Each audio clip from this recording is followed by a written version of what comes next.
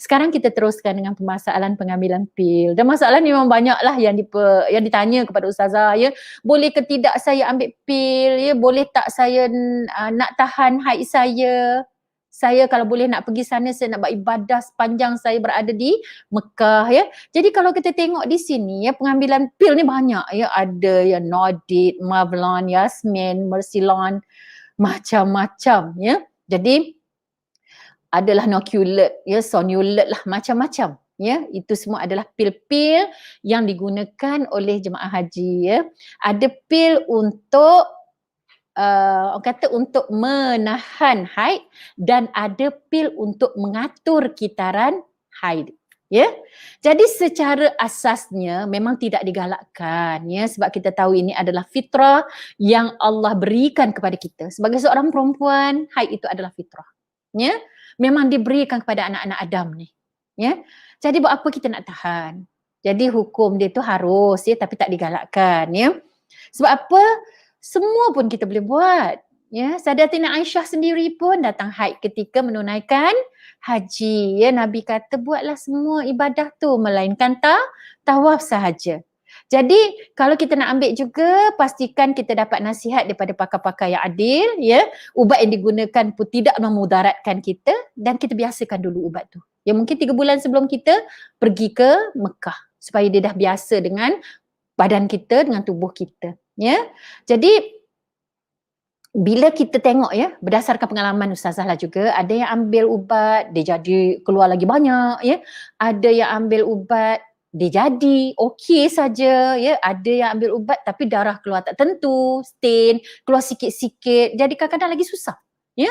Jadi bila jadi macam ni, kadang-kadang susah juga bagi kita nak menentukan yang mana satu haid, yang mana satu istihadah. Ya, doktor dia sebagai pakar, dia hanya boleh saja menasihati dari sudut kesihatan. Tetapi bila kembali kepada ibadah, dia kembali kepada guru-guru agama yang bertugas di tanah suci Mekah. Ya, jadi kita kena faham kita ni nak apa sebenarnya. Kita nak ubat penahan haid ataupun kita nak ubat mengatur kitaran haid. Baik, di sini ustazah nak nasihatkan sedikitlah berdasarkan pengalaman ustazah, ya. Mungkin benda ni tak ada dalam nota, tetapi ustazah boleh nasihatkan. Untuk mengambil pil ini, kita kena tengok mengapa kita nak ambil. Yang itu yang pertama. Mengapa kita nak ambil pil? Kita nak tahan darah tu ke? Atau kita nak atur darah tu? Okey. Kita ambil sebab apa? Sebab kita nak beribadah sepanjang masa? Atau sebab kita nak wukuf di Arafah? Atau sebab kita nak pastikan kita selesaikan kerja-kerja haji kita dan kita dapat pulang pada waktunya? Itu pun kita kena pastikan. Sebab ramai orang dia ambil pil, dia tak tengok sebab apa dia nak ambil. Dia hanya nak ambil je sebab dia buat ibadah. Apa yang boleh saya nasihatkan berdasarkan pengalaman ustazah bertugas di Mekah ni, ya. Kalau kita nak ambil pil, ambillah kerana, ya, kerana kita terpaksa balik pada waktu itu dan kita nak memastikan bahawa kita tidak perlu untuk menangguhkan penerbangan. Jadi mungkin disebabkan penerbangan awal. Kalau penerbangan pertengahan, penerbangan akhir dia tak ada masalah.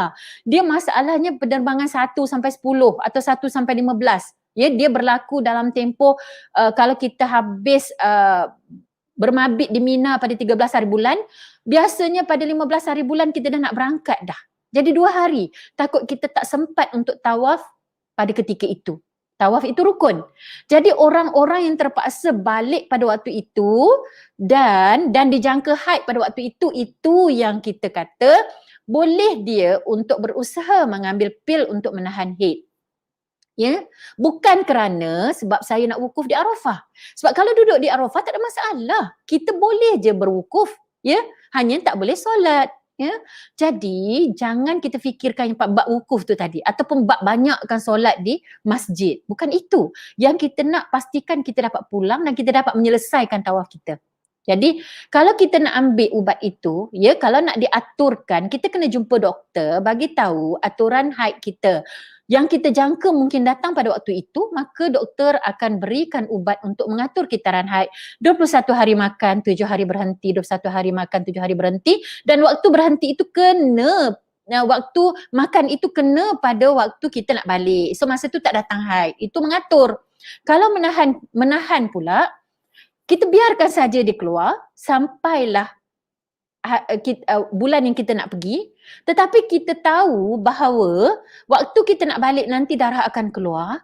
Jadi kita ambillah 10 hari atau 8 hari sebelum kita nak balik itu, kita ambil. Ya, biasa doktor akan bagi nokulat atau sonulat. Itu minta nasihat daripada doktor lah. Ya, saya bercakap ni atas dasar pengalaman sahaja. Jadi masa tu kita ambil ubat untuk menahan darah tersebut. Jangan diambil atau ditahan 2-3 bulan sebelum.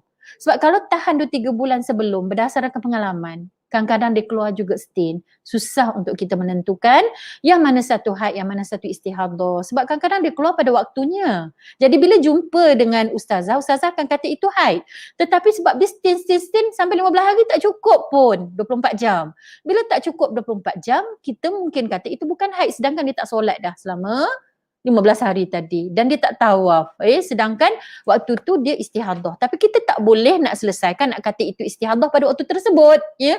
Sebab belum lagi habis untuk kita kira cukup 24 jam. Jadi banyaklah impak dia, risiko dia sekiranya kita mengambil pil tidak kena cara dan tak mendapatkan nasihat daripada pakar, ya. Jadi pakar ni mestilah adil, pakar yang tahu tentang kerja-kerja haji, ya. Pakar yang tahu tentang rukun-rukun haji, bukan main jumpa saja dinasihatkan makan ubat. Makan ubat 3 bulan terus straight dan akhirnya menjadi masalah pada jemaah, ya. Minta maaf sekiranya ada doktor dalam ni, boleh nasihatkan yang terbaik untuk jemaah insya-Allah. Baik. Itu bab pil lah. Tapi apa-apa pun kalau tanya dari segi hukumnya harus. Ya, hukumnya harus. Macam Ustazah sebut dalam bab nakok tadi, kalau dia nak tawaf, dia nak berhentikan darah, memang ada ubat yang diberikan oleh doktor untuk berhentikan sekejap darah. Hukumnya harus, masih boleh untuk tawaf dan keadaan nakok tersebut. Ya. Okey. Jadi Ustazah rasa dalam bab situasi tadi tu boleh saja perempuan baca dari nota tersebut. Ya. Sebab notanya lengkap, ya, dan nota ini pun kita ambil daripada pakar ONG juga, ya, insya-Allah. Baik.